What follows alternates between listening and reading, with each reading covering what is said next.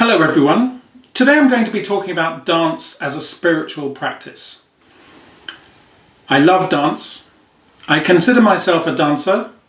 I'm not yet a professional, although I have been in a not famous dance video. I appear for about 1 second. I did dance for a couple of hours, but just 1 second made the cut. But I have danced over 1,000 classes, and the practice that I love is called 5 rhythms. The first rhythm is called flow, the second rhythm staccato, the third chaos, the fourth lyrical, and the fifth stillness. And together they form what we call a wave, building in intensity from lower intensity to very powerful intensity to, again, a gentle end. I could say a lot more about those rhythms. I recommend you try it out. And dancing has always meant joy, playfulness, freedom, and connection to me. And increasingly, over the years that I've been deepening my dance practice, dancing between 1 and sometimes 3 times a week, occasionally for a whole weekend, once even for 5 days in a row, with some breaks. As I've deepened my dance practice, increasingly it has spoken to me and become a sense of transcendence. Transcendence? The sense of being danced, of not controlling, trying to make anything happen, of really allowing dance to flow through me and in connection with the other dancers on the dance floor and with the music. I once was a member of a brotherhood, a spiritual self-development brotherhood, where everyone was encouraged to come up with their own animal spirit name. This is a number of years ago. And I chose Golden Eagle Riding Thermals. And so yeah, back then I had this longing to be like that, to feel as if I was as free as a bird responding to the currents of the air. You could say, as a fish upon a wave, a fish in the sea, perhaps. And this sense of being danced, of not trying to control it, of not being in the mind, of just allowing the energy to flow through me, probably lasted for, in the beginning, in the early years of the dance, just a few seconds here or there, and then it would come and go, and I would kind of go back into my mind and a sense of self-consciousness or control, or as if I was making it happen. And then after a few years of the dance practice, it would last for many, many minutes at a time.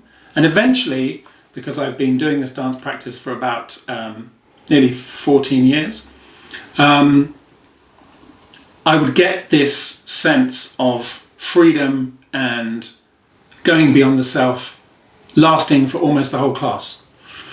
I was being danced, I was not doing it. This sense of going beyond the self then allows in a sense of unity, oneness with the music, the movement, my own movements, the movements of the other dancers, a sense of unity and flow with the other dancers, with life. And increasingly now, as a Christian, I see it as really perhaps a reflection of embodied divinity, the sacred itself dancing through time.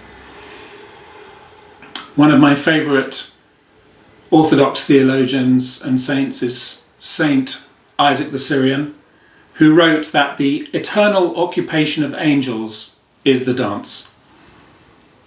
And one of our departed archbishops, Metropolitan I, spoke of dance as silence expressing itself through gesture.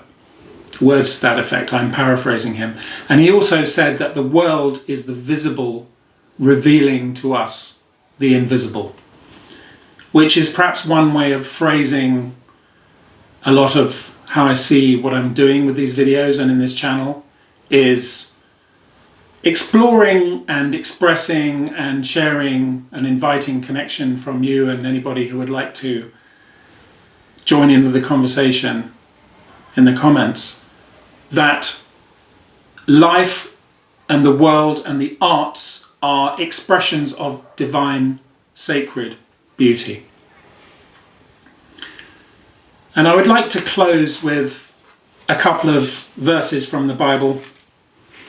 This beautiful Orthodox study Bible. I use peacock feathers as bookmarks. The feathers were given to me by my sister, and they were sitting beautifully in a ceramic mug that she also made for a while. And then one day I just looked at them and I thought, oh, wouldn't they make great bookmarks? So now all my favourite books have peacock feathers in them.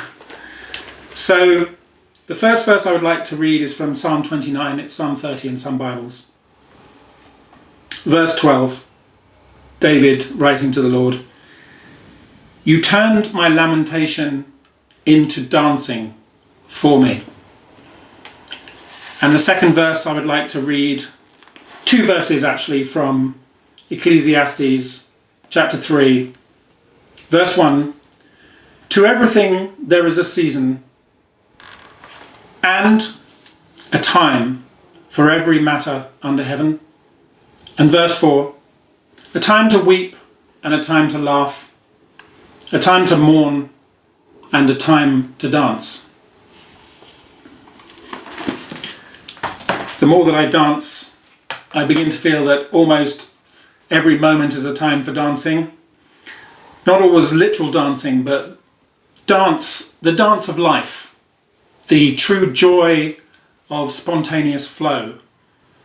There's a psychologist whose name I'm going to butcher, whose name sounds like it's pronounced Mihaly Csikszentmihalyi, and he wrote a book about flow, and it's all about how all of the most beautiful experiences of life really are an experience of flow. And although in 5 rhythms, one of the rhythms is called flow, for me really they're all about flow. Life is about flow. Creation is about flow. Love is about flow. And once again, in the words of St Irenaeus, the glory of God is a human being fully alive. So as I said, I would love to hear any responses, reactions, feelings or thoughts about this video in any comments underneath. And if you would like to subscribe, I would love that. Share, like, and I look forward to discussing the sacred in the arts and literature some more with you in future videos.